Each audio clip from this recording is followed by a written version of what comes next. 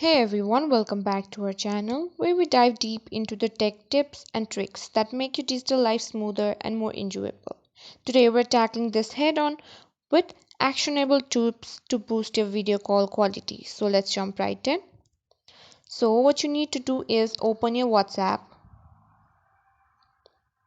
Also, the tip number one is all about internet connection. WhatsApp video calls require a stable and strong internet connection. If you're on Wi Fi, ensure you're close to your router or consider investing in a Wi Fi extender. For mobile data users, ensure you have a good signal, preferably 4 GB or 5 GB. Once you've opened WhatsApp, tap on the three dots and tap on settings. Now here, scroll down until you find storage and data. Here you can see use less data for calls. If this is toggled on, simply toggle it off. And there you have it folks. Some tips to improve your WhatsApp video call quality.